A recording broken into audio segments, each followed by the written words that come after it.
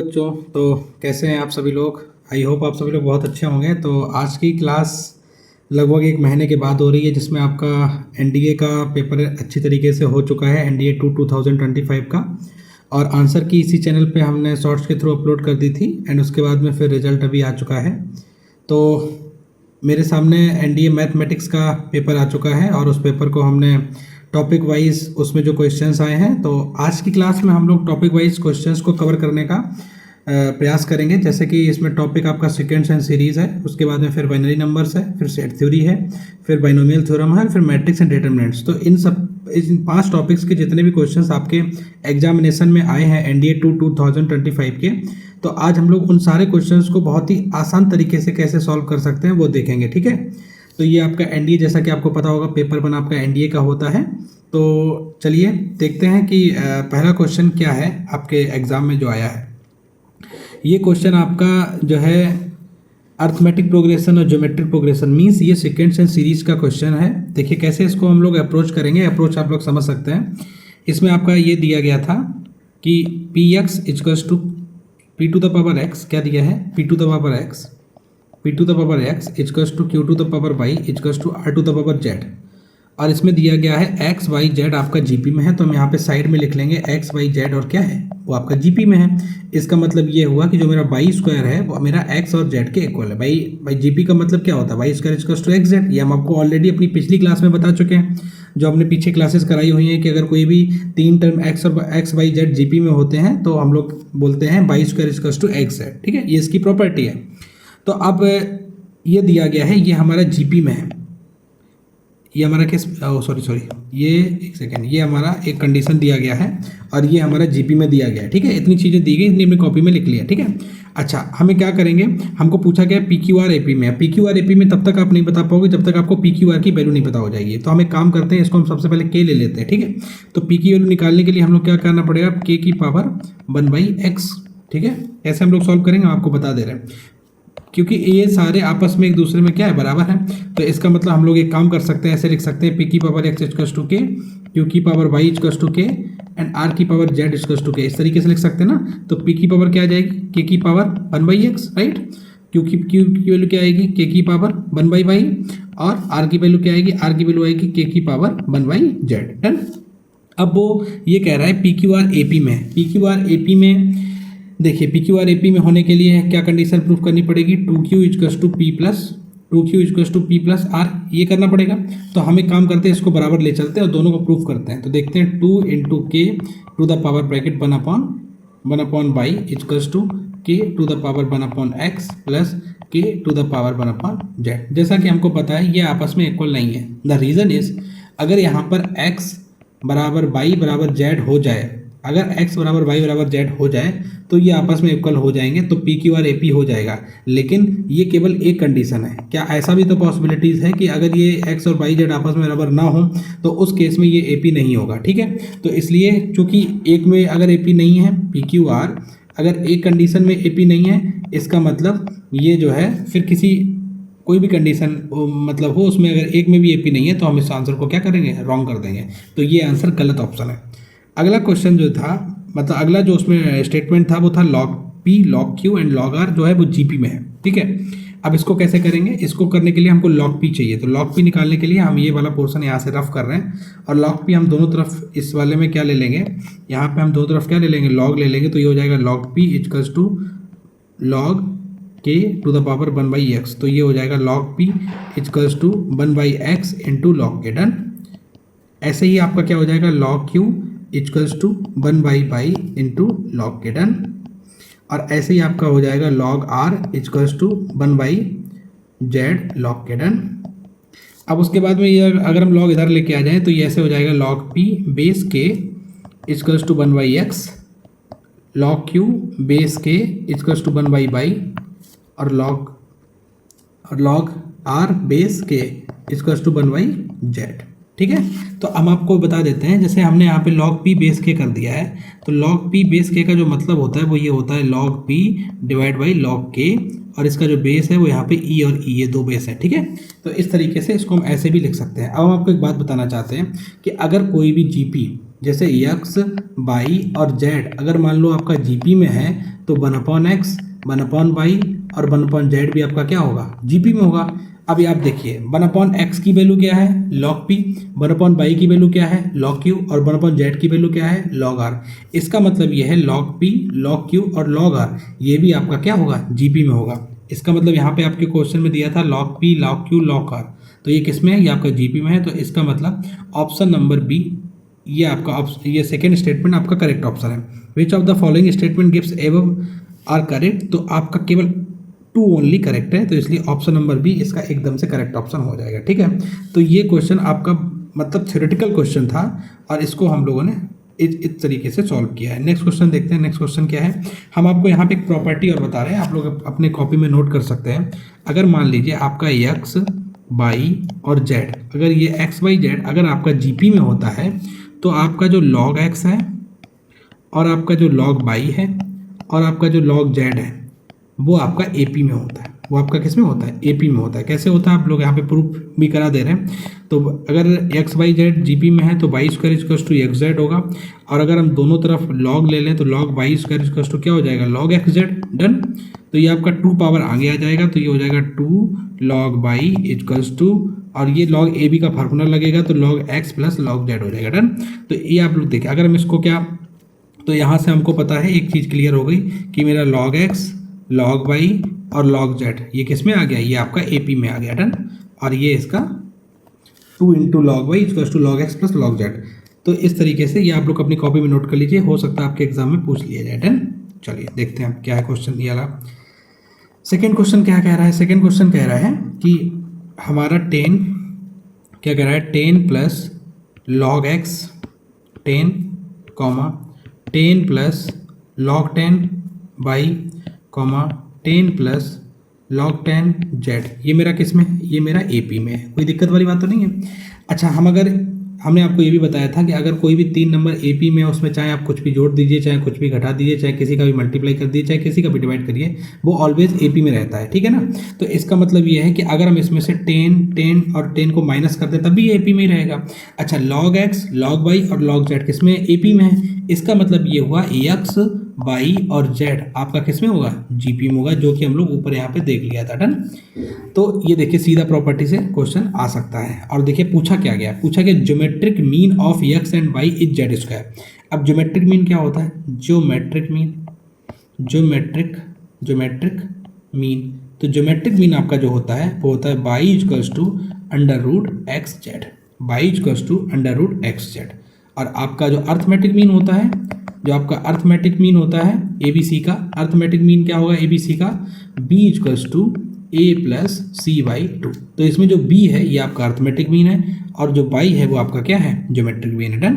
तो ये कह रहा है the geometric mean of X and Z is by square, जबकि ज्योमेट्रिक मीन एक्स और जेड का ज्योमेट्रिक मीन होगा अंडर रूट एक्स जेड, और अंडर रूट एक्स जेड की वैल्यू बाई के बराबर होगी, ना कि बाई स्क्वायर के। तो अगर यहाँ पे बाई लिखा होता तो एकदम से करेक्ट था। बहुत सारे बच्चों ने क्वेश्चन गलत किया होगा।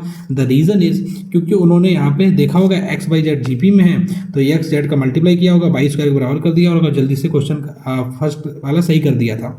लेकिन द रीज़न इज क्योंकि ज्योमेट्रिक मीन पूछा है तो इसलिए इसका बाई अगर होता तो सही होता, अगर बाई स्क्वायर है तो ये गलत है, ठीक है।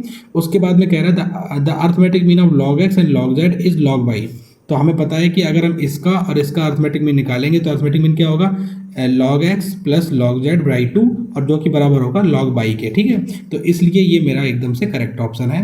तो इसमें भी ऑप्शन नंबर बी एकदम से करेक्ट ऑप्शन है। दो बहुत ही बेसिक क्वेश्चन ये एग्जाम में आया था लेकिन ट्रिकी था, आपको फंसा सकता था। तो इस तरीके से क्वेश्चन को हमने सॉल्व कर दिया, ठीक है। थर्ड क्वेश्चन देखते हैं क्या है। थर्ड क्वेश्चन कह रहा है how many terms of the series amount to a sum equal to this. अब देखिए ये क्वेश्चन जो था ना, ये क्वेश्चन आपकी जो मेंटल एबिलिटी है उसको चेक करने के लिए आया था। द रीज़न इज क्योंकि आप लोग देख सकते हैं यहाँ पे हम लोगों को एक सीरीज दी है जो कि है 1 3 5 7 ... अच्छा, हम आपको एक ट्रिक सिखा देते हैं, पहले आप ट्रिक समझिए। अगर ऐसे tn आपको निकालना हो तो पहले तो आप tn कैसे निकालेंगे, a प्लस ऐसे, इसका तो a यही है ना, तो a प्लस n-1, और d कैसे निकलता है, 3 में से 1 माइनस करेंगे तो d आपका 2 आ जाएगा। तो ये हो जाएगा 1 प्लस 2n-2, तो आप कैसे निकालेंगे 2n - 1 ऐसे करके tn निकालेंगे, जबकि ये बहुत ही लॉन्ग प्रोसेस है, ऐसे करके tn हम कभी नहीं निकालते हैं। tn निकालने का डायरेक्ट हम आपको बता देते हैं tn कैसे निकालेंगे। तो सबसे पहले एक काम करिए, सबसे पहले आप d निकालिए। तो d इसका कितना है 2 आएगा, तो सबसे पहले d लिख लीजिए, उसके बाद में n लिखिए। अब इस 2 में क्या जोड़ें जो a आ जाए, तो इस 2 में अगर हम 1 को घटा दें तो a आ जाएगा। तो ये मेरा tn निकल के आ गया। ठीक है, कैसे इसका फॉर्मेट क्या होता है, इसका फॉर्मेट होता है dn minus dn minus dn minus dn minus d minus a, dn minus d minus a। ठीक है, या ऐसे भी कर सकते हैं dn minus d minus a, या ऐसे कर लेंगे dn plus a minus d, ये भी सही है। ठीक है, तो इस तरीके से हम लोग tn डायरेक्ट निकाल सकते हैं। सेकेंड, अब हम लोगों को एसन अगर निकालना हो तो एसन भी बहुत आसानी से निकाल सकते हैं। एसन क्या होता है, एसन में आप समझिए, ये जो आपका d लिखा है तो ये होता है d/2 n square, d/2 n square plus d/2 n square plus d/2 n square plus a minus d/2 into n। ठीक है, तो इसमें कैसे निकालेंगे, अब देखिए हम अगर अब इसका लिखते हैं तो एसन इक्वल्स टू क्या लिखेंगे, हम यहाँ पे लिखेंगे 1 इंटू n स्क्वायर। अब 1 में क्या जोड़ें जो 1 आ जाए, तो 1 में कुछ ना जोड़ें तो 1 आएगा, तो 1 में कुछ नहीं जोड़ेंगे, इसका मतलब इसका जो एसन है वो n स्क्वायर आएगा। यहाँ तो कोई दिक्कत वाली बात नहीं। तो इस तरीके से आप tn और एसन बहुत ही आसानी से निकाल सकते हैं, कोई भी दिक्कत वाली बात नहीं है, बिल्कुल भी दिक्कत वाली बात नहीं है। यहाँ पे एक चीज़ हम यहाँ पे मिस कर रहे हैं, वो हम आपको बता देते हैं क्या है। इसमें आपका होगा a माइनस d/2। ठीक है, ये आपका होगा। ठीक है, कोई दिक्कत वाली बात तो नहीं, डन। अब देखिए, अब हम लोगों को ये क्वेश्चन दिया है, इस क्वेश्चन का हमें एसन पता लग गया, how many terms of the series amount to equal sum of. तो इसका जो n स्क्वायर है वो आपका दिया गया था 1 2 3 4 5 6 7 8 9, और उसके बाद में फिर ये रिवर्स था 9 8 7 6 5 4 3 1 3 2 1। तो ये देखिए आपको हम बता दें 1, जैसे 11 का स्क्वायर क्या होता है, तो 11 में 1 कितनी बार है 2 बार है, तो सबसे पहले 1 और 2 ऐसे लिख दो, उसके बाद में फिर इसको अपोजिट में लिख दो। ठीक है, डिक्रीजिंग में। तो इसी प्रकार से जैसे 1 1 1 का क्यूब आएगा तो क्या लिखेंगे, पहले लिखेंगे 1 2 3 2 1। ठीक है, फिर अगर ये 4 बार आ गया तो इसका स्क्वायर क्या करेंगे, तो इसका स्क्वायर जो आपको करेंगे, तो इसका स्क्वायर आप लोग क्या करेंगे, वो करेंगे 1 2 3 4 3 2 1। ठीक है, तो इसी तरीके से इसमें जो 1 आएगा वो 9 टाइम्स आएगा, तो कैसे आएगा 1 1 1 1 1 1 1 1। तो 1 2 3 4 5 6 7 8 9। ठीक है, इसका स्क्वायर। तो आपके ऑप्शन देखिए डी नंबर 1 2 3 4 5 6 7 8 9, तो ये आपका एकदम से करेक्ट ऑप्शन है। तो जिसको ये बहुत ही मतलब इसको जिसको पता होगा कि इसका ये n स्क्वायर होता है, n स्क्वायर में ये लिखा है, इसका मतलब ये इसका है, तो उसके लिए क्वेश्चन 30 सेकंड का भी नहीं था। ठीक है ना, बहुत आसानी से क्वेश्चन होते हैं। तो प्लीज़ आप लोग अपनी कॉपी में नोट कर लीजिए, और ये फार्मूला जो हमने आपको बताया है ये आप लोग अपनी कॉपी में नोट कर लीजिए। डायरेक्ट हम लोग यहाँ से tn और एसन लिखेंगे, आगे भी क्वेश्चन आएंगे, तो ये बहुत ही हम लोगों के लिए यूजफुल हो जाता है। ठीक है, तो ये आप लोग अपनी कॉपी में नोट कर लीजिए। ठीक है, डन। नेक्स्ट क्या है, नेक्स्ट हम लोग देखते हैं। तो नेक्स्ट में हम लोग क्या देखेंगे, how many APs are identical in terms. अब देखो ये बहुत अच्छा क्वेश्चन है, और हम लोगों को सीखना भी चाहिए कि अगर मान लो कोई भी 2 एपी में कुछ टर्म आइडेंटिकल होते हैं तो उन एपी को बताना है, और उसमें कितने टर्म आइडेंटिकल होंगे, बेसिकली इतना बात उसने पूछा है। सबसे पहले हम एक काम करेंगे, इसका tn निकालेंगे। कोई बता पाएगा इसका tn क्या होगा? देखो इसका tn बहुत आसान है। देखो सबसे पहले हमें देखना पड़ेगा इसका d क्या है, तो इसका d 2 है, तो सबसे पहले 2 लिखेंगे, फिर n लिख लेंगे, कोई दिक्कत वाली बात नहीं। फिर पहला टर्म लिखा है 19, अब 2 में क्या जोड़े 19 हो जाए, तो 2 में 17 जोड़े 19 हो जाए, तो इसका tn निकल के आ गया। अब अगर इसका tn निकल के आ गया तो इसका 100, क्योंकि ये 110 टर्म तक है, तो इसका 110 टर्म क्या निकलेगा, 110 टर्म इसका निकलेगा 220 प्लस का 17, दो क्या हो जाएगा 237। ठीक है, तो हम यहाँ पे देखेंगे 19, 21, 23, और ये कहाँ तक जाएगा, ये आपका 237 तक जाएगा। डन। अच्छा, इस वाले का टी, इसको हम TM ले लेते हैं, तो इसका TM क्या होगा, अब इसका भी TM आसान है। D कितना है, D आपका 3 है, तो 3M। अब 3 में क्या जोड़े कि 19 आ जाए, 3 में 16 जोड़ दे 19 आ जाए। अब इसका 75 टर्म निकालना है, 75 टर्म कैसे होगा, 3 × 75 प्लस का 16, तो 3 × 75 में आएगा ये आपका 225 प्लस का 16, तो ये आपका 241 आ जाएगा। तो अब ये इसका टर्म क्या होगा, 19, 22, 25, उसके बाद में डॉट डॉट डॉट 28 भी लिख सकते हैं, डॉट डॉट डॉट, और ये आपका 241 तक है। अब देखो ये मेरे पास में 2 AP हैं, इस AP का जो D है वो है, इस AP का D 2 है, और इस AP का जो है वो D क्या है, 3 है। ठीक है, अब देखिए पहला टर्म आइडेंटिकल मिल गया हमको 19, दूसरा टर्म अगर 23 के बाद देखेंगे तो 25 आएगा, तो 25 यहाँ भी और 25 यहाँ भी है, तो दूसरा हमको आइडेंटिकल मिल गया 25। हालांकि अगर दूसरा हमको आइडेंटिकल नहीं भी मिलता, मान लो बहुत दूर दूर होता, तो हम पहचान जाते। क्यों? कि जो आइडेंटिकल टर्म है वो इन दोनों के एलसीएम, अगर मतलब कहने का मतलब ये है कि जो मेरी ये कॉमन सीरीज बनेगी, ये जो मेरी कॉमन सीरीज है ना, ये दोनों में आइडेंटिकल टर्म जो आ रहे हैं, तो उनका जो डी होगा वो इन दोनों का एलसीएम होगा। तो 2 और 3 का एलसीएम क्या होता है? 2 और 3 का एलसीएम 6 होता है। तो ये 25 पे मिलेगा, फिर 31 मिलेगा, फिर उसके बाद में 34 मिलेगा, इस तरीके से मिलते चले जाएंगे। लेकिन हमको ये नहीं मालूम है कि लास्ट वाला टर्म कौन सा होगा। तो हम एज्यूम कर लेते हैं कि लास्ट वाला टर्म 237 होगा। तो हमने ये एज्यूम कर दिया, ये हमारा एज्यूम्ड है, लेकिन पता नहीं ये होगा या नहीं होगा, या तो ये होगा या इससे कोई छोटा होगा। ठीक है ना? क्योंकि 241 तो मतलब 2 इसमें हम लोग छोटा वाला लेते हैं। द रीज़न इज क्योंकि छोटा वाला में जो हमारा 2 कॉमन है, जैसे मान लो एक लाइन ये है, एक लाइन ये है, तो कॉमन तो यही मिल जाएगा ना। तो हम लोग इसको क्यों लेंगे? क्योंकि यहाँ पे कोई कॉमन ही नहीं है, तो इसलिए हमने यहाँ से छोटा वाला ले लिया। ठीक है, ये हम आपको बात समझा रहे हैं। अब यहाँ से हमें बस टी निकालना है। अगर टी इसका टी निकालेंगे कितना आसान, इसका टी तो बहुत आसान है। टी इसका क्या होगा? टी इसका होगा मेरा 6n प्लस 6n प्लस 13, ये मेरा टी हो जाएगा। हम एज्यूम कर रहे हैं मेरा टी जो है वो 9 टर्म है, वो 237 है। इसका मतलब ये हमारा 6n प्लस का 13 को इधर लेके आ जाएंगे। तो जब 13 इधर लेके आएंगे तो क्या आएगा? 4, ये बचेगा आपका 2, ये बचेगा 2 इक्वल्स टू 6n। अब 2 3 जा 6, और ये आ गया 1 1 और 2। अब 3 से डिवाइड करिए तो n इक्वल्स टू आएगा 1 1 2 डिवाइड बाई 3, तो 3 3 जा 9। उसके बाद में 2 बचा, 3 7 जा 21 पॉइंट, उसके बाद में फिर 3 3। इसका मतलब जो लीस्ट नंबर है वो आपका 37 है। ठीक है, तो इसलिए इसका ऑप्शन नंबर सी एकदम से करेक्ट होगा। बहुत अच्छा क्वेश्चन था, आप लोगों को आगे से भी इन क्वेश्चंस की प्रिपरेशन करनी चाहिए। और हमने आपको टीएन और एसएन निकालने का बहुत आसान तरीका बता दिया है। प्लीज़ आप ये जो मतलब इसको कॉन्सेप्ट को आप अपनी कॉपी में नोट कर लीजिए, और टीएन और एसएन को बहुत आसानी से हम लोग निकाल के बता देंगे। ठीक है, तो इस तरीके से इसमें टोटल हमारे 37 जो नंबर्स हैं वो आइडेंटिकल हैं, और ये क्वेश्चन बहुत आसानी से हो चुका है। ठीक है, चलिए नेक्स्ट क्वेश्चन देखते हैं क्या है। नेक्स्ट क्वेश्चन में कॉन्सेप्ट आया है बाइनरी नंबर। ये हम आपको पहले नहीं पढ़ाया था, हम आपको बता देते हैं बाइनरी नंबर क्या होता है। बहुत आसान टॉपिक है ये बाइनरी नंबर। इससे एनडीए हर लगभग में हर एक 2 साल में या 1 साल में लगातार 2-3 क्वेश्चन पूछ लेता है। तो बाइनरी नंबर क्या होता है सबसे पहले समझ लो कि बाइनरी नंबर को यहाँ पे तो देखो जोड़ने को बोला है, तो हम आपको बता देंगे कैसे जोड़ा जाता है। बाइनरी नंबर में 2 ही नंबर होते हैं, एक तो 0 होता है और एक तो 1 होता है। ठीक है, तो 0 में अगर 1 को जोड़ते हैं तो आपका 1 आता है, 0 में 0 को जोड़ेंगे तो आपका 0 आता है, 1 में 0 जोड़ेंगे तब भी आपका 1 आता है, और 1 में 1 जोड़ते हैं तो आपका 10 आता है। 10 नहीं आता है, बेसिकली आता 0 है और 1 का कैरी होता है। हम आपको देखो कैसे जोड़ना फटाफट सिखा देते हैं। 1 0 1 1 0 1 1 0 1, यही तो लिखा है 1 0 1 1 0 1 1 0 1, और उसके बाद में 1 1 0 0 0 1। देखिए इसको हम ऐड कर रहे हैं। ठीक है, तो देखो 1 और 1 को ऐड करेंगे तो हमें मालूम 10 आता है, तो 10 का हम 0 यहाँ पे लिखेंगे और 1 कैरी लगाएंगे, कोई दिक्कत वाली बात तो नहीं। फिर उसके बाद में 0 को 1 के साथ में जोड़ेंगे तो आपका 1 आएगा, और ऊपर एक कैरी लगा है 1, फिर से 1 और 1 जोड़ेंगे तो क्या आएगा? 1 और 1 0 आएगा, 1 और 1 10 आएगा, 10 का फिर से हम 0 लिख लेंगे, फिर से एक कैरी लगा देंगे।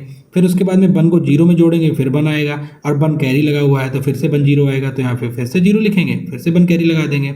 उसके बाद में फिर 1 में 0 जोड़ेंगे तो 1 आएगा, और प्लस 1 फिर से कैरी वाला जोड़ेंगे तो फिर से 1 0 आ जाएगा, तो यहाँ पे 0 आएगा, यहाँ पे 1 लगा देंगे, फिर से 0 0 जोड़ेंगे तो 0 आएगा, 0 में 1 जोड़ेंगे तो 1 आ जाएगा। फिर उसके बाद में यहाँ पे 1 और 0 1 1 जोड़ेंगे, 1 1, ये देखिए ये 1 1 है ना, 1 1 जोड़ेंगे तो फिर से 1 0 आ जाएगा, तो 0 यहाँ आएगा, 1 कैरी आएगा। फिर 1 1 क्या होगा? 1 0, तो यहाँ पे 0 आएगा, यहाँ पे 1 कैरी आएगा, फिर 0 और 1 1, और ये आ गया 1। तो आपका जो 1 1 0 0 और 1 4 टाइम्स 0, तो 1 1 0 0 1 4 टाइम्स 0, ऑप्शन नंबर ए एकदम से करेक्ट ऑप्शन है।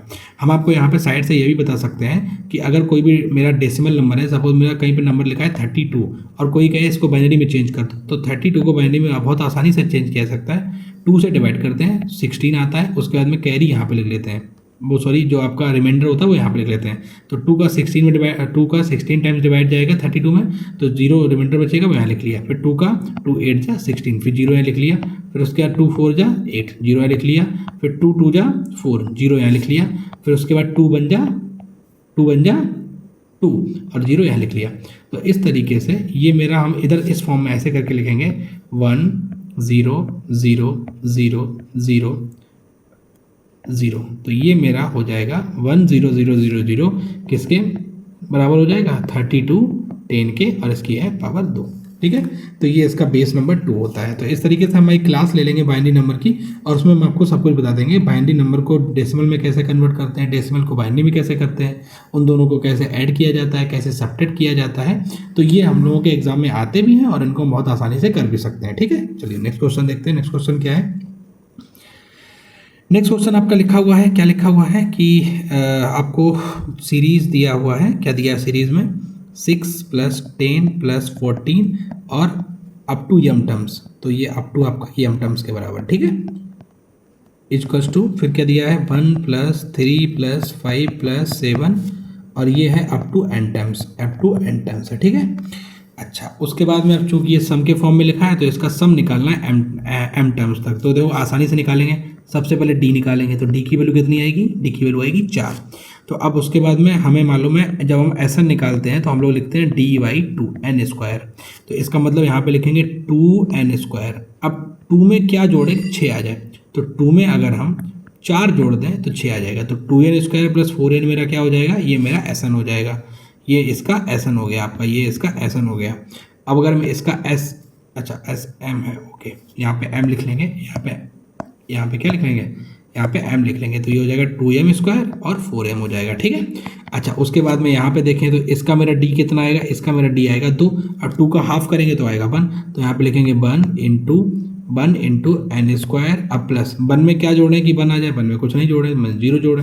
तो ये मेरा देखिए निकल के आया 2m² प्लस का 4m = n²। एक मेरा ये रिजल्ट यहाँ से निकल के आया और यही रिजल्ट आपके एग्जाम में पूछा है जो कि ऑप्शन नंबर डी में लिखा है n² = यहाँ से अगर हम 2m कॉमन ले लेंगे तो ये आ जाएगा m + 2 जो कि आपके n² के क्या हो जाएगा? बराबर हो जाएगा। अब बताइए इस क्वेश्चन में कितना टाइम लगेगा? बहुत ही आसानी से ये क्वेश्चन हो रहा है। बहुत से लोग बता रहे थे, मतलब जो स्टूडेंट्स हैं, कि पेपर टफ आया और पेपर, हालांकि पेपर पूरा पेपर तो ऑब्वियसली है कि मॉडरेट टू टफ की साइड में है, लेकिन अगर हम पासिंग मार्क्स की बात करें तो क्वेश्चन आसान भी थे जो आप लोग कर सकते थे, आराम से पास हो सकते थे। तो ऐसी कोई दिक्कत वाली बात नहीं है। ठीक है, बस आपको क्या है कि सारे कॉन्सेप्ट पता होने चाहिए। एग्जाम में जाने से पहले आपके पास में सारे हथियार होने चाहिए एग्जाम से लड़ने के लिए। ठीक है, अब देखिए नीचे क्वेश्चन लिखा हुआ है, how many values of m are possible. अब इसमें देखो 2 कंडीशन दी गई हैं। एक कंडीशन है m की वैल्यू 25 से कम है और दूसरी वाली कंडीशन वो भी है कि m की वैल्यू 25 से कम है। अब एक तो तरीका ये है, अब जैसे ये क्वेश्चन, जो ये वाला क्वेश्चन है, ये लेंथी क्वेश्चन है, इसको हम छोड़ के आगे चलेंगे। ये बहुत आसान था लेकिन ये बहुत लेंथी है। अब जरूरी नहीं कि आपने यहाँ तक कर लिया है, अब इसको आप आगे कर सकते हैं। हालांकि हम आपको सॉल्व करा रहे हैं यहाँ पे, लेकिन अगर हम एग्जाम में होते हैं हम इस क्वेश्चन को ड्रॉप कर देते हैं, हम इस क्वेश्चन को छोड़ देते। द रीज़न है क्योंकि इस क्वेश्चन में टाइम ज़्यादा लगने वाला है। कैसे लगने वाला, हम आपको दिखाते हैं कैसे लगने वाला है। सबसे पहली बात तो ये है कि हमारा यहाँ पे 2m ब्रैकेट में m + 2 है और इसकी वैल्यू n के बराबर है। अब देखो n की वैल्यू 1 है, n की वैल्यू 2 है, n की वैल्यू 3 है। अब इसमें वैल्यू आपको लेके देखनी पड़ेगी, n की वैल्यू 3 ले लो, n की वैल्यू 4 ले लो, लेकिन हम आपको थोड़ा सा आसान तरीका बताते हैं। आसान तरीका क्या है, जैसे कि देखो हम यहाँ पे एक काम कर रहे हैं, क्या हम देखो 1 और 3 को जोड़ेंगे तो 4 आएगा। 4 तो इसके मतलब पहले टर्म से क्लियर नहीं हो पाएगा। 5 को भी ऐड कर लें तो 9 आ जाएगा, 9 भी नहीं होगा। 9 और 7 को भी ऐड कर लें 16 आएगा और हमें दिख रहा है 16 इसके 2 टर्म को ही जोड़ने पे आ रहा है। तो m की वैल्यू हम 2 ले लें और n की वैल्यू 4 ले लें तो बात बन जाएगी। देखो पहली बात तो हमने बना दी। कैसे? अगर हम n की वैल्यू ले लें 2 और m की वैल्यू ले लें 4, कैसे बनेगी? देखो 2 × 4 × सॉरी उल्टा लिख दिया क्या? हाँ, m की वैल्यू 2 लेनी है, m की वैल्यू 2, n की वैल्यू 4, इसकी लेनी है 2 और इसकी लेनी है 4। तो देखिए तो ये आपका हो जाएगा, यहाँ से ये रफ करेंगे, ये आपका हो जाएगा 2 × 2 × 4 = 4 का स्क्वायर और देख सकते हैं 16 = 16। तो m की एक वैल्यू तो निकल के आ गई है जो कि आपका क्या निकल गई है, जो कि आपका 2 निकली है। ठीक है, अब उसके बाद में m की और वैल्यू निकलो, लेकिन m की और वैल्यू निकलने से पहले आप लोग एक चीज़ दिमाग में रख लीजिए।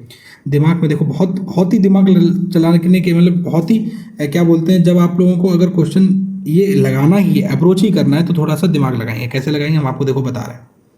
हमको एक बात बताइए, जरा सोचिए, अगर मान लो हमने n की वैल्यू 1 ली, 3 ली, 5 ली, 9 ली, 7 ली, है 11 ली, जब हम 11 का स्क्वायर करेंगे क्या वो 2 से डिवाइड हो जाएगा?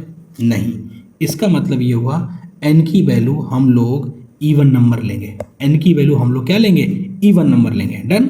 n की वैल्यू हम लोग क्या लेंगे? इवन नंबर लेंगे। तो हम लोगों ने n की वैल्यू 4 तो ले ली है, 5 लेना नहीं है, 5 लेना नहीं है, 6 ले सकते हैं। अब 6 का स्क्वायर होता है 36 और 2 से यहाँ पे करेंगे तो 18 टाइम्स जाएगा। अब यहाँ पे देखिए कोई दो नंबर ऐसे हैं जिनका यम ब्रैकेट m प्लस 2 18 नहीं है, पॉसिबल नहीं, क्योंकि 18 के केवल ऐसा ही 18 हो सकता है, या तो 9 इंटू 2 हो सकता है या 6 इंटू 3 हो सकता है, जो भी इन दोनों में डिफरेंस जो है वो 2 का होना चाहिए, तो 2 का डिफरेंस नहीं है। इसका मतलब हम यहाँ पे 6 नहीं लेंगे, 7 नहीं लेंगे, 8 ट्राई कर सकते हैं। 8 में क्या होगा, 8 8 जा 64 हो जाएगा और यहाँ से 2 से कैंसिल करेंगे तो 32 आ जाएगा। अब 32 को हम लोग लिख सकते हैं 16 2 जा फिर 8 4 जा, ये दो ही तरीके से 13 इंटू 2, लेकिन हमें तो डिफरेंस 2 का चाहिए। इसका मतलब 8 भी नहीं होगा, 9 भी नहीं होगा, 10 भी नहीं होगा। 10 भी आप लोग करके देख लीजिए, नहीं होगा। 11 भी नहीं होगा, 12 भी नहीं होगा, 13 भी नहीं होगा, 14 भी नहीं होगा, 15 भी नहीं होगा, 16 होगा। हम लोग ट्राई कर सकते हैं, देखिए कैसे। आप लोग मतलब ऐसा नहीं कि हम मतलब पहले से ही सोच समझ के बैठे हैं। अगर आप लोग 10 का देखो ट्राई करेंगे तो 10 का स्क्वायर हो जाएगा 100, 2 से काटेंगे ये आएगा 50, 10 इंटू 5। अब यहाँ पे 2 का डिफरेंस है तो 10 नहीं होगा। उसके बाद में 12 को देख लेंगे, 12 जा 144, तो 2 से डिवाइड करेंगे, ये 72 आ गया, डन। अब यहाँ पे ये इसको हम कैसे लिख सकते हैं, 12 छंग 72, तो यहाँ पे 12 छंग 72, ये 6 का डिफरेंस है, ये भी नहीं होगा। इसके बाद में 13 होगा नहीं। 14 को हम देखें, 14 जा होता है आपका 196, 2 से डिवाइड करेंगे तो आ जाएगा 98 और 14 7 जा होता है, इसमें 7 का डिफरेंस है, तो यहाँ पे 2 का ही डिफरेंस है, ये भी नहीं होगा। 16 ट्राई करते हैं तो 16 जा होता है 256, तो 16 इसको हम थोड़ा सा रफ कर देते हैं यहाँ पे। 16 का क्या होता है 256, तो 256 में अगर 2 यहाँ पे देखें तो 1 2 और 8 ये आ गया, डन। अब उसके बाद में देखिए क्या हम कर सकते हैं, 2 से डिवाइड कर दिया 16 का, डन। उसके बाद में फिर 2 से डिवाइड कर दिया, लेकिन 16 8 जा होता, इन दोनों बीच में 8 का डिफरेंस है, नहीं होगा। 16 भी नहीं होगा, 17 भी नहीं होगा, 18। अब 18 के लिए 324 है, 2 से डिवाइड करेंगे तो 182, और 182 में अगर हम लोग देखें तो 91 इंटू 2 होगा, 13 इंटू 7 इंटू 2 होगा, 7 दूनी 14, 13 नहीं, ये भी नहीं होगा। तो 18 भी नहीं होगा, 19 नहीं होगा, 20 भी नहीं होना चाहिए क्योंकि 10 और 5 का रेशियो हो जाएगा, नहीं होगा। 21 भी नहीं होगा, 22 11 आ जाएगा, 22 484 और 2 से करेंगे तो 2 4 2, ये भी नहीं होगा। तो इस तरीके से 23 भी नहीं होगा। 24 देखते हैं एक बार ट्राई करके, तो 24 में क्या आएगा आपका, 24 आ जाएगा 476। अच्छा, ये इनकी वैल्यू 25 तक ही ले सकते हैं, तो लास्ट है, यानी कि 24 आया तो ठीक है, नहीं तो हम लोग केवल बी ऑप्शन मार के आगे बढ़ जाएंगे, ठीक है ना।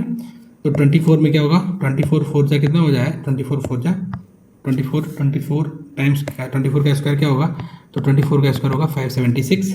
2 से डिवाइड करेंगे तो 2 2 जा 4, 2 8 जा 16, 2 8 जा 16, और यहाँ पे हम देख सकते हैं 8 से ये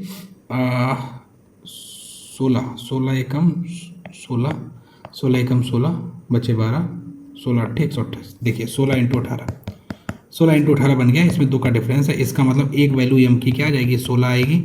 ये इसका ऑप्शन नंबर सी एकदम से करेक्ट ऑप्शन है। लेकिन हम आपको बता दे रहे ये क्वेश्चन एग्जाम में करने लायक नहीं था, इसको छोड़ना एग्जाम में, क्योंकि एग्जाम में इतना टाइम नहीं है जो हम पूरे क्वेश्चन को सॉल्व कर दें। Our aim is to get more marks but not to get full marks, क्योंकि ये क्वेश्चन ऐसा नहीं है, ये क्वेश्चन में टाइम लगेगा, ठीक है ना।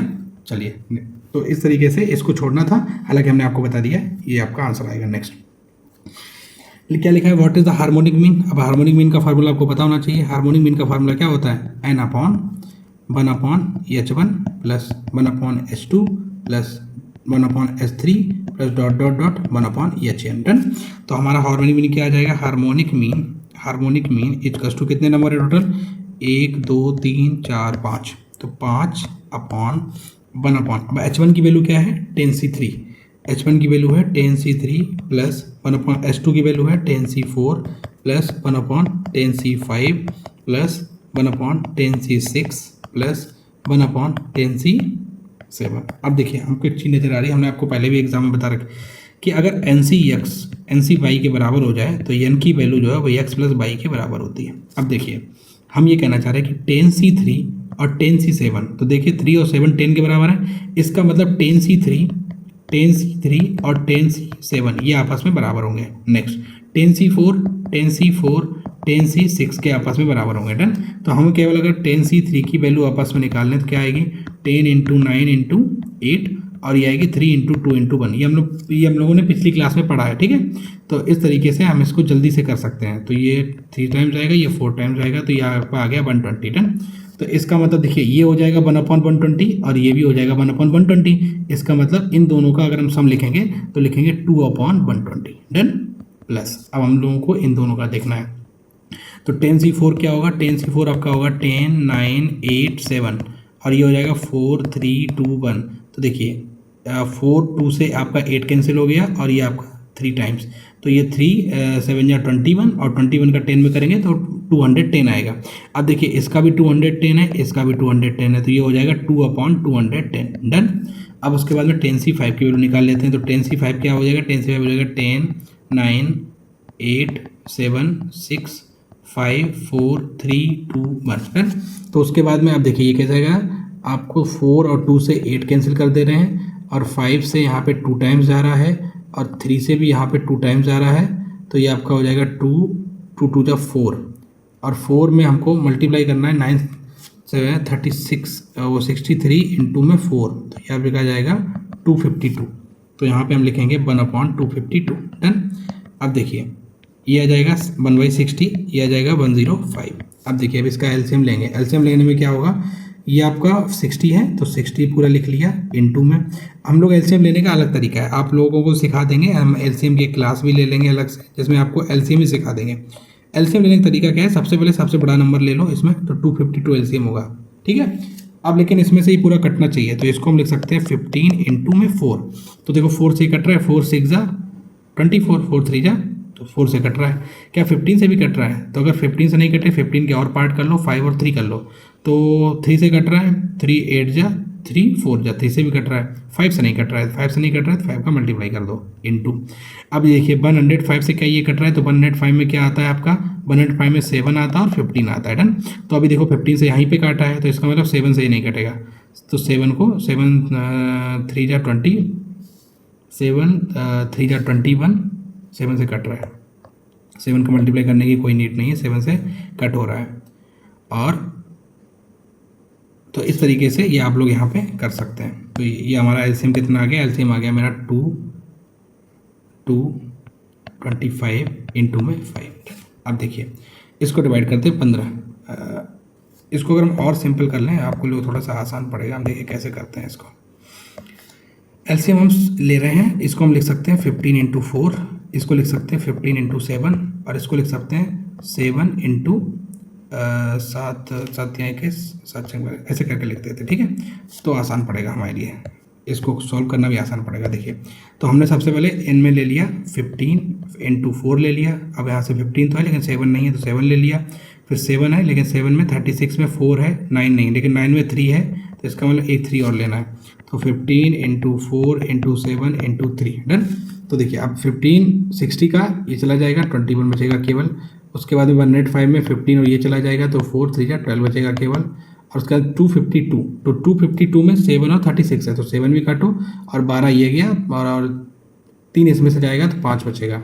तो 12 5 17, 17 और 21 38। ठीक है, तो इस तरीके से हम अगर यहाँ पे करते हैं, अगर हम इसको रफ ही कर दे रहे हैं आप लोग, या फिर अगर हम साइड से कर दे रहे हैं आप लोगों को दिखाई दे रहा है, तो ये आपका जो आ जाएगा, यहाँ से हम कर रहे हैं तो ये आपका क्या आएगा, ये आपका आएगा ऊपर तो हमारा 5 लिखा था अपॉन में, ये आपका 38 और ये वाला भी ऊपर चला जाएगा 15 into 4 into 7 into 3।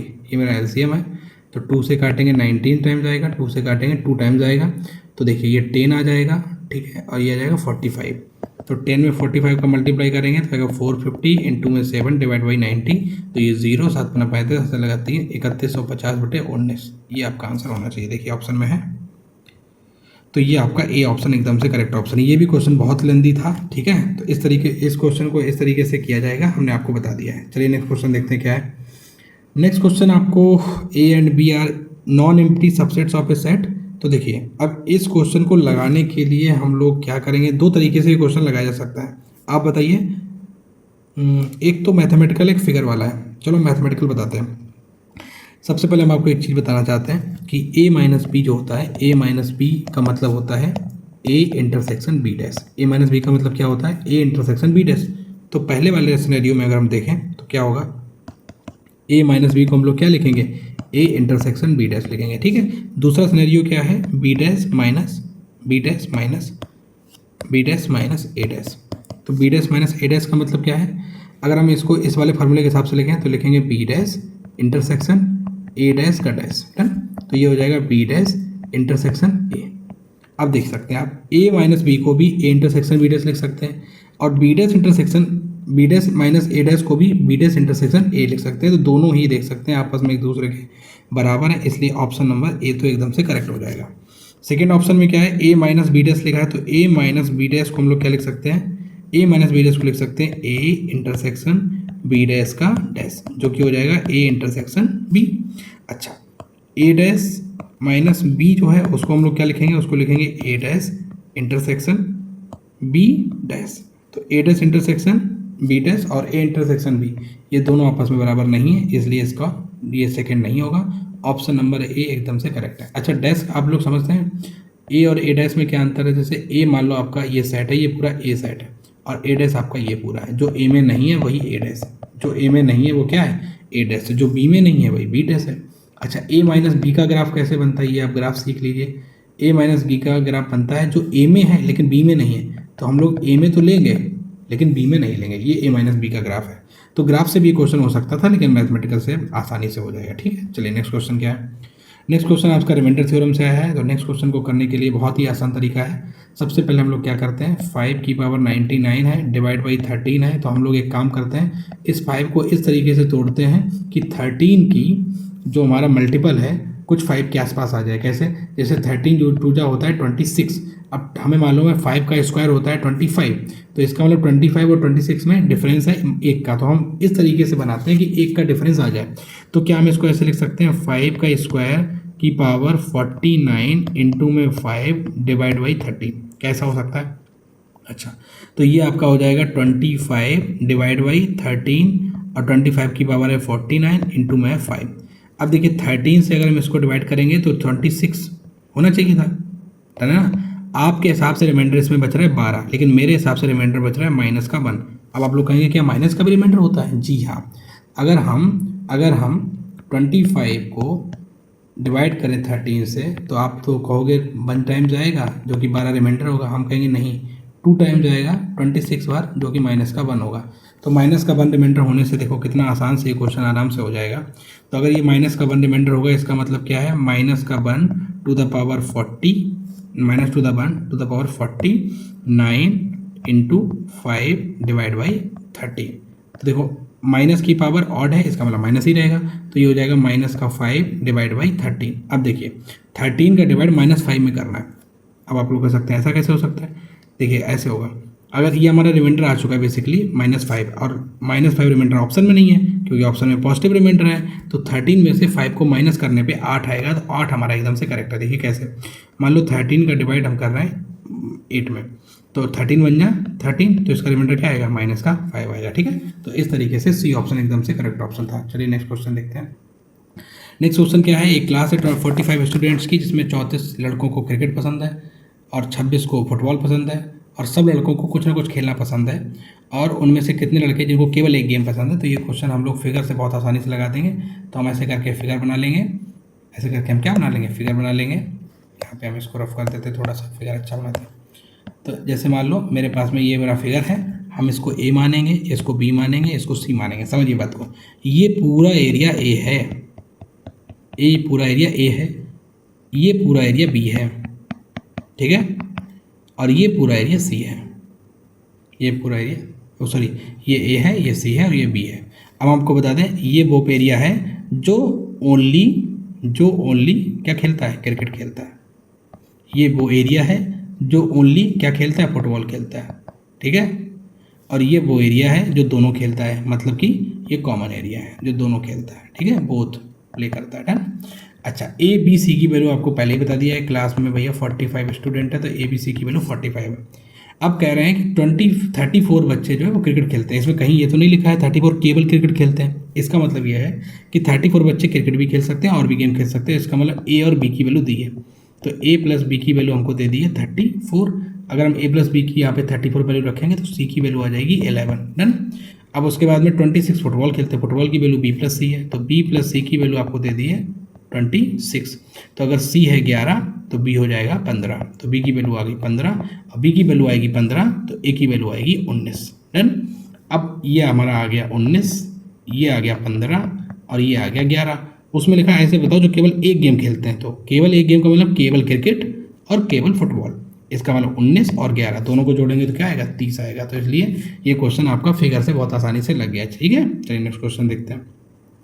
Next question में क्या है, देखिए लिखा है यक्स है, एक एलिमेंट है यक्स, यक्स एलिमेंट है तो उसमें कितने, यक्स एक सेट है उसमें 3n एलिमेंट है, बाई एक सेट है जिसमें 2n एलिमेंट है। डन।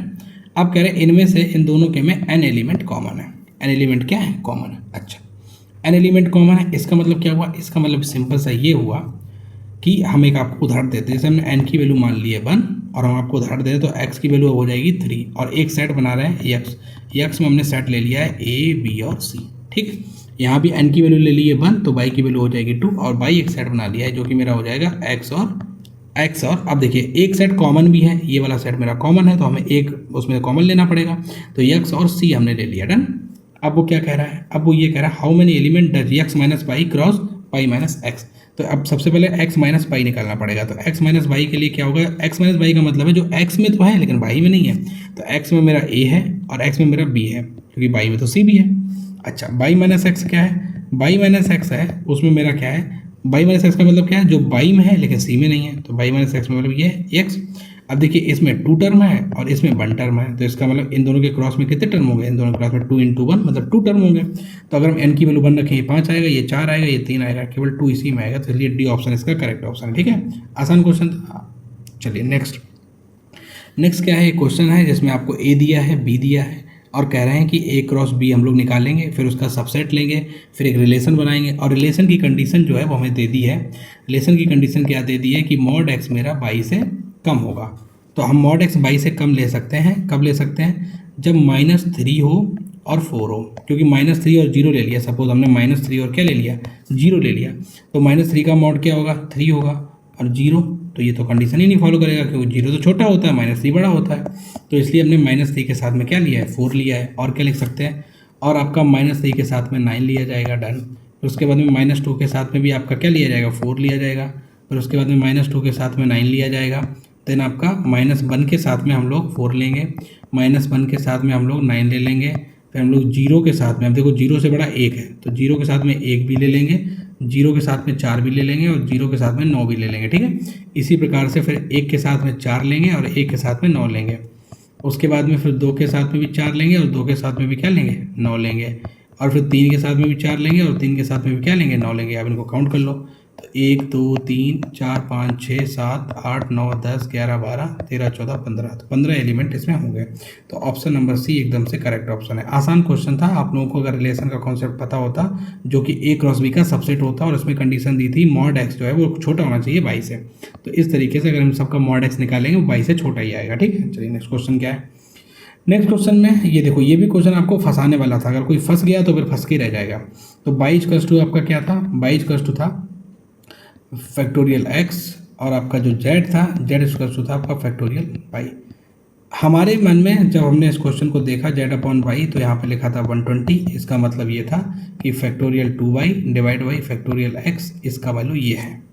इसका मतलब हमें इतना समझ में आया कि अगर हम फैक्टोरियल 2x निकालें और इक्वल्स टू 120 करें और ब्रैकेट में क्या निकाल दें, ये हो जाएगा, ये हमने इसको मल्टीप्लाई कर दिया, यहाँ तक ये क्लियर हो गया। डन।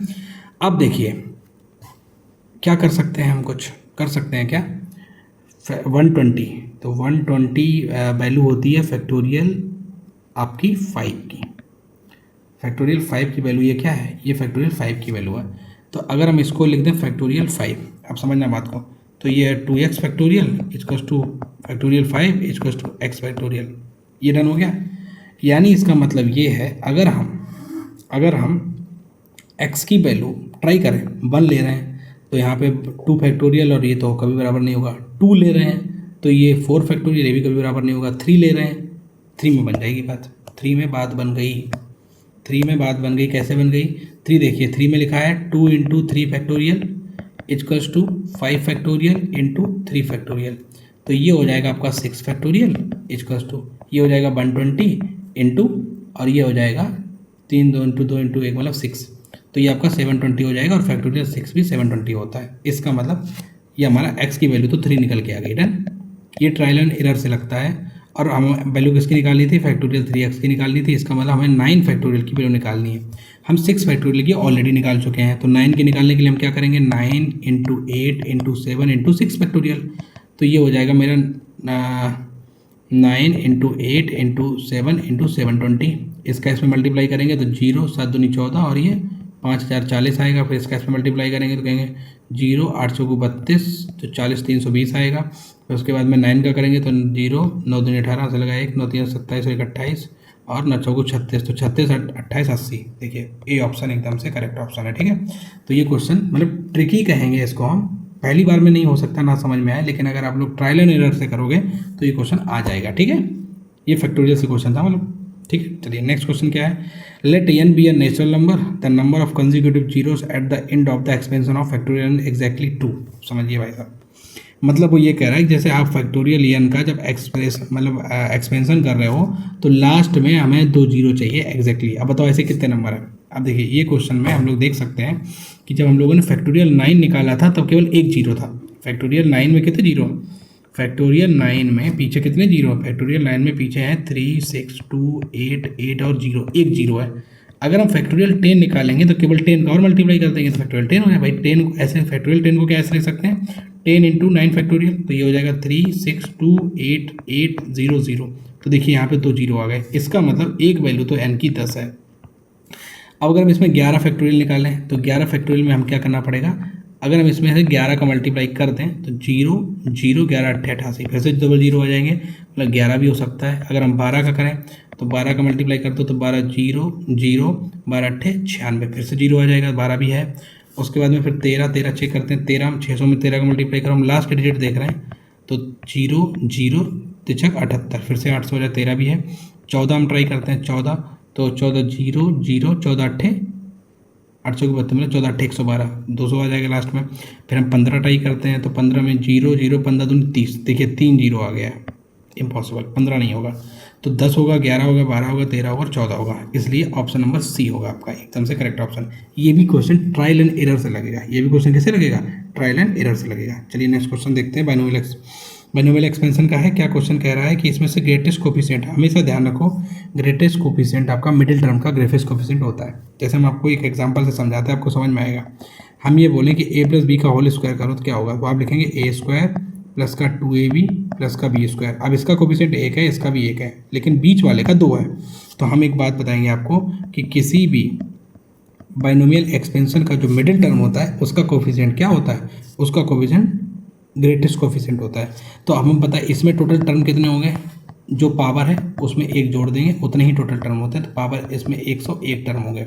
अब आप बताओ 101 टर्म लिखे हो तो उसका मिडिल कौन सा हो, 101 टर्म का जो मिडिल टर्म होगा, 101 टर्म का जो मिडिल टर्म होगा वो आपका क्या होगा, 101 + 1/2, यानी कि 102/2, जो कि मेरा 50th टर्म होगा। तो हम लोग T51 निकाल देंगे। तो T51 क्या होगा, हम लोगों को फार्मूला पता है, TR = होता है NCR - 1 इंटू एक्स की पावर NCR - 1 इंटू एक्स की पावर R इंटू एक सेकेंड, एक्स की पावर n-r इंटू ए की पावर r, एक्स की पावर n-r इंटू ए की पावर r, ये होता है। तो अब यहाँ पे T51 निकालेंगे तो आपका आएगा 100C50 इंटू 1 की पावर 100 में से 50 गए। एक सेकेंड, यहाँ पे एक गलतियाँ हुआ है, ये हमारा TR+1 होगा, यहाँ पे लिखेंगे TR+1 = NCR। अब सही है, तो TR+1 = NCR, तो ये हो जाएगा 50, ये क्या हो जाएगा 1 की पावर 50 और x की पावर 50, तो ये x की पावर 50 के कोफिशिएंट है, इसलिए इसका ऑप्शन नंबर डी एकदम से करेक्ट ऑप्शन है। ठीक है, चलिए नेक्स्ट क्वेश्चन क्या है। नेक्स्ट क्वेश्चन कह रहा है कि इसका जो है डिटर्मिनेंट क्या है, ये आपका अव्यूह है, लेकिन इसका नहीं डिटर्मिनेंट पूछा है, इसके व्युत्क्रम का डिटर्मिनेंट पूछा है। तो व्युत्क्रम का मतलब होता है इनवर्स। तो बेसिकली अगर हम a का डिटर्मिनेंट निकाल लें तो a का डिटर्मिनेंट कैसे निकालेंगे, इसका इसमें मल्टीप्लाई करेंगे तो -8 माइनस का 10, तो ये आपको हो जाएगा -8 + का 10, जो कि आपके 2 के बराबर हो जाएगा। और a इनवर्स का मतलब क्या होता है, 1/a, भाई a इनवर्स तो 1/a ही होता है ना, तो इसका मतलब 1/mod a, 1/mod a का मतलब 1/2, तो 1/2। ये देखो बहुत आसान क्वेश्चन था, बहुत आसान, इससे आसान तो कुछ नहीं हो सकता। क्या है अगला question, the system of equation. अब देखिए सिस्टम दिया गया है, हम आपको एक बता देते हैं, पहले हम इसकी प्रॉपर्टी बता देते हैं, उसके बाद में फिर इसको सॉल्व कर लेंगे। जैसे कहीं पे a1x plus b1y equals to c1 लिखा है, कहीं पे a2x plus b2y equals to c2 लिखा है। तो कंडीशन पहली क्या होगी, पहली कंडीशन हो सकती है कि a1/a2 जो है वो बराबर ना हो b1/b2 के। दूसरी कंडीशन क्या होगी कि a1/a2 जो है वो b1/b2 के बराबर हो जाए और c1/c2 के भी बराबर हो जाए। और तीसरी कंडीशन क्या है कि a1/a2 के बराबर हो जाए, b1/b2 के बराबर हो जाए, लेकिन c1/c2 के बराबर ना हो। तो ये वाली कंडीशन में आपको यूनिक सोल्यूशन मिलेगा। कैसा सोल्यूशन मिलेगा, यूनिक सोल्यूशन मिलेगा और कंसिस्टेंट होगा, यूनिक सोल्यूशन होगा और कंसिस्टेंट होगा। डन। उसके बाद में इस वाले में आपको मेनी सोल्यूशन मिलेगा। कैसा मिलेगा, मेनी सोल्यूशन, और ये भी कंसिस्टेंट होगा। और इस वाले में आपको नो सोल्यूशन मिलेगा, कोई भी सोल्यूशन नहीं मिलेगा और इनकंसिस्टेंट होगा। ये वाला इनकंसिस्टेंट है और ये पैरेलल लाइन है। पैरेलल लाइन में तो कोई कभी कट नहीं होता, सोल्यूशन ही नहीं है। अब देखो हम लोग निकाल लेंगे, यानी कि a1 की वैल्यू मेरे पास 2 है, डिवाइड बाई a1 की वैल्यू क्या है 2 और इसकी वैल्यू क्या है -10। आप लोग ध्यान रखना, यहाँ पे x इधर लिखा है, यहाँ पे x इधर लिखा है, और उसके बाद में चेक कर रहे हैं b1 है -3 और इधर b1 है आपका 15 और इधर क्या लिखा है c1 है -5। अगर उधर जाएगा तो प्लस का हो जाएगा, हम कह रहे प्लस का ले लेते हैं इसको। हम लोगों ने देख लिया था 2/-10 a1/a2 और ये b1/b2 क्या है -3 और 15, ठीक है। और ये c1/c2 क्या है -5, अगर उसको ले जाएंगे +5 हो जाएगा और ये +15, कोई दिक्कत वाली बात नहीं, ठीक है। ये हम लोग यहाँ पे चेंज कर लेंगे, ठीक है। तो ये हो जाएगा 50। डन। अब इसको देखेंगे, ये -5 है, ये भी -5 है और ये -10 है, ठीक है। तो ये हो जाएगा 1/-5 जो कि बराबर है 1/-5 के, लेकिन बराबर नहीं है 1/-10 के। तो ये किस कैटेगरी में है, ये आपका थर्ड वाली कैटेगरी में है। इसका जो है नो सॉल्यूशन होगा या इनकंसिस्टेंट, नो सॉल्यूशन जिसका कोई भी। तो ये लिखा यूनिक सॉल्यूशन नहीं है, मेनी सॉल्यूशन नहीं है, इस कंसिस्टेंट नहीं, ये भी नहीं है, सी ऑप्शन एकदम से करेक्ट ऑप्शन, ठीक है। तो ये इनकंसिस्टेंट है। तो आप ये तीनों याद करके जाइए और एग्जाम में देखिए पूछा है तो आने के और आगे के भी चांसेस है, तो वहाँ पे से कर सकते हैं, ठीक है। चलिए नेक्स्ट। हाँ, नेक्स्ट क्वेश्चन में क्या लिखा है, इन ऑब्टेनिंग द सॉल्यूशन। देखिए आपका एक सिस्टम दिया है, वो आपका सिस्टम होता है x plus Y plus Z equals to 7 दिया है, x plus 2y plus 3z equals to आपका 16 दिया है, और x plus 3y plus 4z ये आपका 22 दिया है। अब देखिए क्रैमर रूल क्या होता है, सबसे पहले समझ लीजिए क्रैमर रूल। क्रैमर रूल से हम लोग x y z की वैल्यू निकाल सकते हैं। कैसे निकालते हैं, क्रैमर रूल में हमको 4 चीज़ें चाहिए, एक तो d1 चाहिए, d2 चाहिए, d3 चाहिए और d चाहिए। देखो हम लोग सबसे पहले एक सिस्टम लिखते हैं जिसमें लिखते हैं 1 1 1 1 2 3 और 1 3 4। ये कहाँ से लिख रहे हैं, ये सबके कोफिशिएंट है 1 1 1 1 2 3 1 3 4, और ये इधर लिखेंगे 7 16 और 22। टन। अब देखिए d की जो वैल्यू है यहाँ पे, ये d की जो वैल्यू है d, तो d की वैल्यू क्या है, d की वैल्यू आपकी यही होती है x y z में जो लिखा है, दैट इज 1 1 1 1 2 3 1 3 4, ठीक है। d1 की वैल्यू आपकी क्या होगी, d1 में हम लोग क्या करते हैं, जो फर्स्ट वाली लाइन है उसको रिप्लेस कर देते हैं इस लाइन से। तो ये हो जाएगा 7 16 22 1 2 3 1 3 4, ठीक है। d2 क्या होगा, d2 को रिप्लेस कर देंगे सेकेंड वाली लाइन से, तो 1 1 1 7 16 22 और ये हो जाएगा 1 3 4, ठीक है। और d3 क्या निकालेंगे, d3 वाली जो लाइन हो तो थर्ड लाइन रिप्लेस करेंगे इससे, तो 1 1 1 1 2 3 और 7 16 22। तो उसके बाद में हम लोग ये d1 निकाल लेते हैं, d निकाल लेते हैं, d2 निकाल लेते हैं, d3 सब की वैल्यू निकाल लेंगे। x की जो वैल्यू आएगी वो आएगी d1/d, y की वैल्यू जो आएगी वो आएगी d2/d, और z की वैल्यू जो आएगी वो आएगी d3/d। ये हमने आपको पूरा क्रैमर रूल समझा दिया, लेकिन हमसे एग्जाम में d2 की वैल्यू पूछा है। डन। तो d2 की वैल्यू तो यही है, अब इस सॉल्व करना है इसको, तो देखिए कैसे करेंगे। तो ये आपका हो जाएगा 1 ब्रैकेट 16 4 जा 64 माइनस 22 3 जा 66 माइनस का 7, उसके बाद में 4 माइनस का 3 और प्लस का 1 ब्रैकेट में 22 माइनस का 16। टन। तो ये हो जाएगा माइनस का 2, फिर उसके बाद माइनस का 7 इंटू 1 -7 प्लस का 6, तो आपका आ जाएगा माइनस का 9 और प्लस का 6 मतलब माइनस का 3 बी ऑप्शन एकदम से करेक्ट है। तो इसमें आपसे d2 की वैल्यू पूछा था, d उसने ऑलरेडी लिख दिया था, उसके बाद में डेफिनेशन समझाई थी बाई जो है वो कैसे निकलता है, d2 डिवाइड बाई d, ठीक है। तो ये आपको x y z की वैल्यू ऐसे निकाल सकती है, ये हमारा क्रैमर रूल है, ठीक है। चलिए नेक्स्ट क्या लिखा, द वैल्यू ऑफ डिटर्मिनेंट। देखो अब इस वैल्यू की डिटर्मिनेंट जो है उसका भी डिटर्मिनेंट के ही फॉर्म में दिया है। तो देखो डिटर्मिनेंट की प्रॉपर्टी होती है, पहले हम उसको समझेंगे, A B C L M और एन और पी क्यू और आर। ठीक है, प्रॉपर्टी क्या है कि जब एक एक रो दूसरे रो में जाती है, जब एक रो दूसरे रो से इंटरचेंज होती है तो नेगेटिव साइन आ जाता है। ठीक है, जब एक रो दूसरे रो में जाती है तो क्या कौन सा साइन आता है, नेगेटिव साइन आता है। डन। अगर वो 2 बार चेंज हो जाए तो उसके बाद में फिर पॉजिटिव साइन आ जाता है, 3 बार हो जाए फिर नेगेटिव आ जाता है, इस तरीके से चलता रहता है। आप देखिए कैसे। फर्स्ट ऑप्शन में देखेंगे तो क्या लिखा है, ए बी सी लिखा है, फिर उसके बाद में यहाँ पे एलिमेंट था, यहाँ पे पी क्यू आर था, तो इन्होंने इस वाली को एक्सचेंज कर दिया यहाँ पे, देख रहे हैं आप लोग। लेकिन एक बार एक्सचेंज किया है और नेगेटिव साइन नहीं लगाया है, इसका मतलब ये तो होगा नहीं।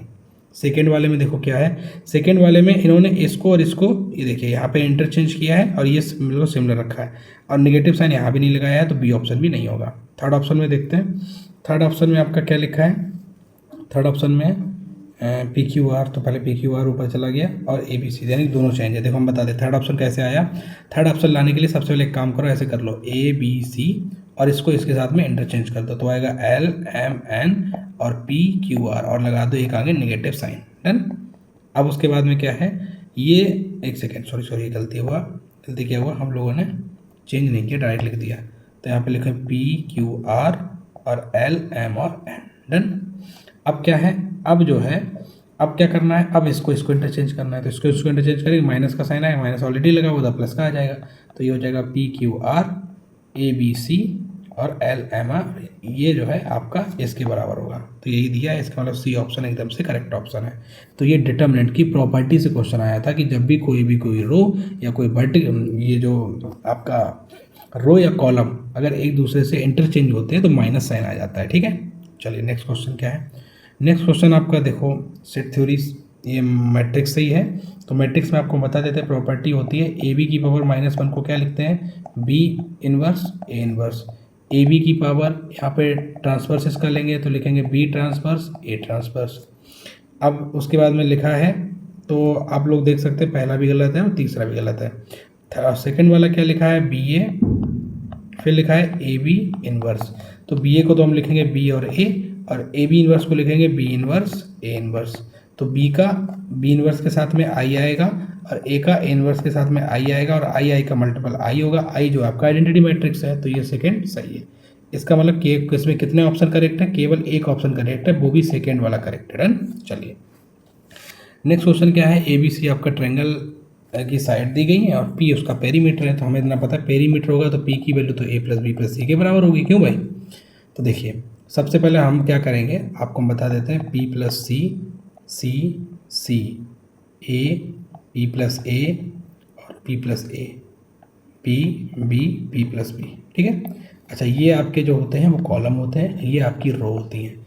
तो हम क्या कर रहे हैं, रो में हम लोग क्या कर रहे हैं, रो और कॉलम, तो हम लोग कॉलम में C1 है ना, ये C1 है, कॉलम नंबर 2 है, कॉलम नंबर 3 है, तो C1 कॉलम को चेंज कर रहे हैं। और कैसे चेंज कर रहे हैं, C1 कॉलम को हम लिखेंगे C1 plus C2 plus C3, ऐसा करके हम लोग लिखेंगे। ये हम लोग क्या ऑपरेशंस लगा रहे हैं, तो हम लोग C1 को क्या लिख सकते हैं, P plus C plus A plus B, कोई चेंज नहीं होता इसमें। ठीक है, उसके बाद सेकेंड क्या होगा, C plus P plus A plus B। ठीक है, उसके बाद में C plus A plus P plus B। Done.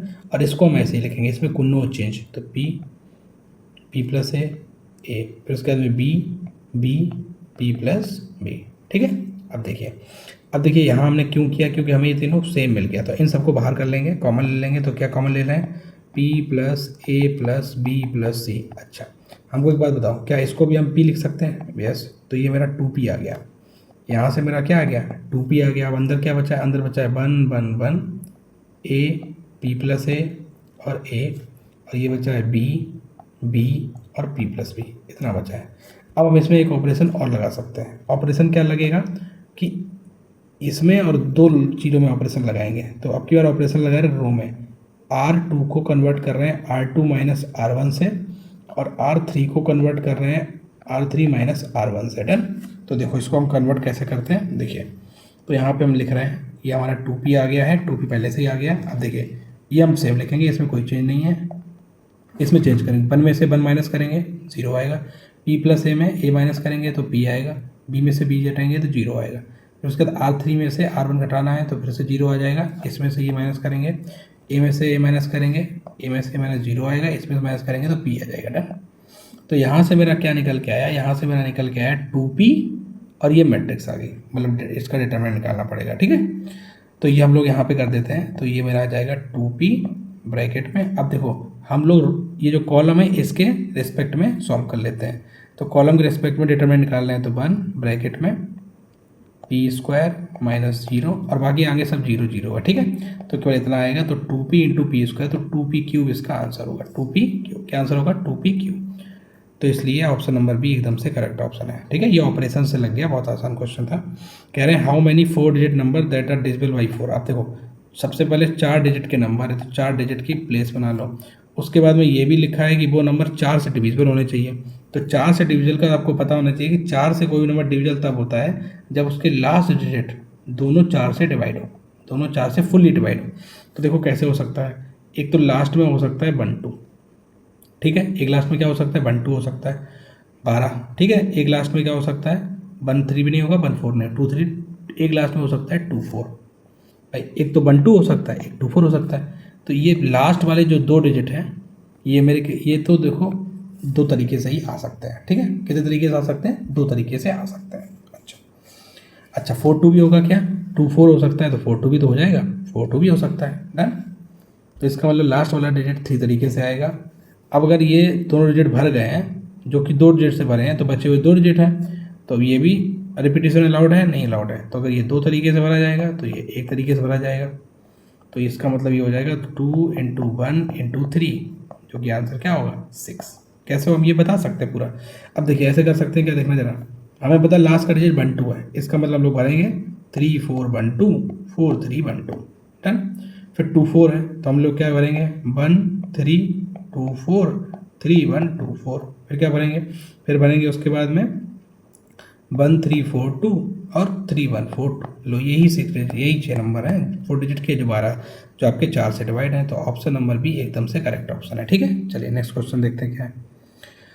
Next question में आपका लिखा है पी दिया है क्यू दिया है, तो पी को लिख लेते हैं। तो पी आपका क्या है, पी आपका दिया है समेसन ऑफ, जो कि जे से जे इक्वल्स टू 1 से एन तक है, तो हम लोग जे की वैल्यू भी रखते चलते हैं साथ में। log 10 2 की पावर 1 प्लस log 10 2 की पावर 2 प्लस log 10 2 की पावर 3, इसी तरीके से चलेगा। तो हम पी को ऐसे भी लिख सकते हैं क्या, log 2, अच्छा ये पावर आ जाएगी आगे, तो ये हो जाएगा 2 log 2, ठीक है, फिर ये हो जाएगी 3 log 2 10, ऐसे करके चलेगा। डन। ऐसे ही क्यू को लिखेंगे, क्या हम क्यू को डायरेक्ट लिखें तो आप लोग समझ जाएंगे, log 5 यहाँ पे base 10 plus 2 log 5 base 10 plus 3 log 5 base 10, इसी तरीके से क्यू भी आ जाएगा। p प्लस क्यू 66 है, तो हम लोग p प्लस क्यू निकालेंगे, तो p प्लस क्यू मेरा क्या होगा log 10 2 plus log 10 5 plus 2 log 10 2 plus 2 log 10 5 plus 3 log 10 2 plus 3 log 10 5 plus dot dot dot. Done. तो ये p प्लस क्यू मेरा 66 है। अच्छा देखिए log a plus log b क्या होता है, log a इंटू b, तो ये हो जाएगा log 10 और ये हो जाएगा 5 2 10, तो log 10 10 प्लस 2 ब्रैकेट में ये भी फिर से कॉमन लेंगे, तो log 10 10 और ये भी हो जाएगा log 10 10, ठीक है, plus dot dot n times. 66 equals to, अच्छा log 10 10 की वैल्यू 1 होती है, तो 1 plus 2 plus 3 plus dot dot. अब देखो ये 1 से लेके n नंबर का सम है, तो 1 plus 2 plus 3 plus dot dot n number का सम क्या होता है, वो होता है n plus 1 divide by 2। Done. अब देखिए ये 2 आ जाएगा इधर, तो ये हो जाएगा 132 equals to n into n plus 1। तो अगर हम 11 की वैल्यू रखते हैं तो 11 इंटू 12, तो 11 और 12 132 होता है, तो n की वैल्यू 11 आएगी, जो कि 9 और 12 के बीच में होगी, तो इसलिए ऑप्शन नंबर सी एकदम से करेक्ट ऑप्शन है। ठीक है, नेक्स्ट क्वेश्चन क्या है, वो नेक्स्ट में लिखा है p प्लस क्यू 15 है। देखो सेम क्वेश्चन, तो p प्लस क्यू को हम लिख लेंगे 15 इक्वल्स टू, और यहाँ पे देखो ये लिखेंगे, तो p प्लस क्यू 15 है और ये मेरा n की वैल्यू यहाँ से निकालेंगे, तो ये हो जाएगा n प्लस 1 अपॉन में 2, तो ये हो जाएगा 30 इक्वल्स टू n प्लस 1। तो यानी कि n की वैल्यू अब मेरी कितनी आ जाएगी, n की वैल्यू 5 आएगी। ठीक है, अब हम लोग बस q माइनस पी निकालेंगे। अब q की वैल्यू क्या है, q की वैल्यू तो यही चलेगी, तो q माइनस पी क्या होगा, q माइनस का p, q माइनस का p equals to log 10 5 minus log 10 2 plus 2 times log 10 5 minus log 10 2 plus 3 times log 10 5 minus log 10 2 plus 4 times log 10 5 minus log 10 2 plus 5 times log 10 5 minus log 10 2। अब देखिए, हम आपको ये बताना चाह रहे हैं, क्या हम log 10 5 माइनस log 10 2 को ये लिख सकते हैं, log a minus log b क्या होता है, log a अपॉन b। तो ये हो जाएगा log 10 5/2, 5/2 का मतलब 2.5। अब देखिए प्लस 2, हम इसको a मान ले रहे हैं, plus 2a plus 3a plus 4a plus 5a। तो ये कितना हो जाएगा, 5 4 9 9 3 12 12 2 14 और 14 1 15, तो 15a। तो 15a का मतलब क्या है, 15 log 10 2.5। तो इसलिए इसका ऑप्शन नंबर डी एकदम से करेक्ट ऑप्शन है। ठीक है, तो इस तरीके से हमने आपकी पूरी क्लास का सॉल्यूशन, हमने आपके इसमें जो भी क्वेश्चंस हैं वो हमने सारे क्वेश्चंस आपको इस क्लास के थ्रू आपके करवा दिए हैं, जिसमें हमने बेसिकली जो है 5 टॉपिक कवर किए हैं। सेकेंड सीरीज कवर किया है, बाइनरी नंबर कवर किया है, सेट थ्योरी कवर किया है, बाइनोमियल थ्योरम कवर किया है और मैट्रिक्स डिटरमिनेंट कवर किया है। ठीक है, तो आप लोग इन क्वेश्चंस को अपनी कॉपी में अच्छी तरीके से सॉल्व करिए। ये बहुत अच्छे क्वेश्चंस हैं। हमने आपको कुछ ट्रिक्स भी बताई हैं, कुछ क्वेश्चंस ट्रायल एंड एरर से बताए हैं, कुछ क्वेश्चंस बेसिक से बताया है। तो इस तरीके से हमने आपको बहुत ही अच्छे तरीके से क्वेश्चन सॉल्व करा दिए हैं और हमने आपको बेस्ट अप्रोच बताई है, किस अप्रोच से क्वेश्चन आसानी से सॉल्व कर सकते हैं, और अगर हम एग्ज़ाम में होते तो हम किस तरीके से इन मतलब क्वेश्चंस को अप्रोच करते हैं और कैसे क्वेश्चंस को सॉल्व करते हैं। तो ये हमने आपको इस क्लास में बता दिया है और अब आप लोग इस क्लास को अच्छी तरीके से देखिए और अपनी कॉपी में नोट करिए। थैंक यू सो मच, आप लोगों ने इस क्लास को देखा, और ऐसी ही क्लास को देखने के लिए आप लोग मिशन एग्ज़ाम को सब्सक्राइब कर सकते हैं। और अगर आपको PDF या नोट्स कुछ भी चाहिए हुआ है तो आप मेरा टेलीग्राम चैनल फॉलो कर सकते हैं, मिशन एग्ज़ाम, जिसकी लिंक आपको दे दी है और इस लिंक को बायो में भी लगा दिया जाएगा। तो Telegram mission exam for you, आपका मिशन एग्ज़ाम टेलीग्राम है और उसमें हम लोग PYQ जो है वो और क्लासेस, अभी ये इसमें लगभग अराउंड 25 क्वेश्चंस आए हैं। नेक्स्ट PYQ होगा तो उसमें भी क्वेश्चंस हम आपको कराएंगे और धीरे धीरे हम आपको जो भी क्वेश्चंस एग्जाम में आए हुए हैं वो सारे क्वेश्चंस सॉल्व करा देंगे। And then I will try कि जो आपका NDA 1 2026 है, कैसे हम उसको बहुत अच्छी तरीके से अपने YouTube चैनल पे बहुत अच्छा कंटेंट आपको देंगे और आप लोग उसको पढ़ के सिलेक्ट हो सकते हैं। ठीक है, और एग्ज़ाम में बहुत अच्छा स्कोर प्राप्त कर सकते हैं। Thank you so much again for watching this video, और for any notes PDF please join our Telegram so that you can get any updated regarding NDA, so you can get update from there. Okay, thank you so much again for watching this video, and please subscribe and share this channel to your friends so that they can also get benefit from that. Okay, bye.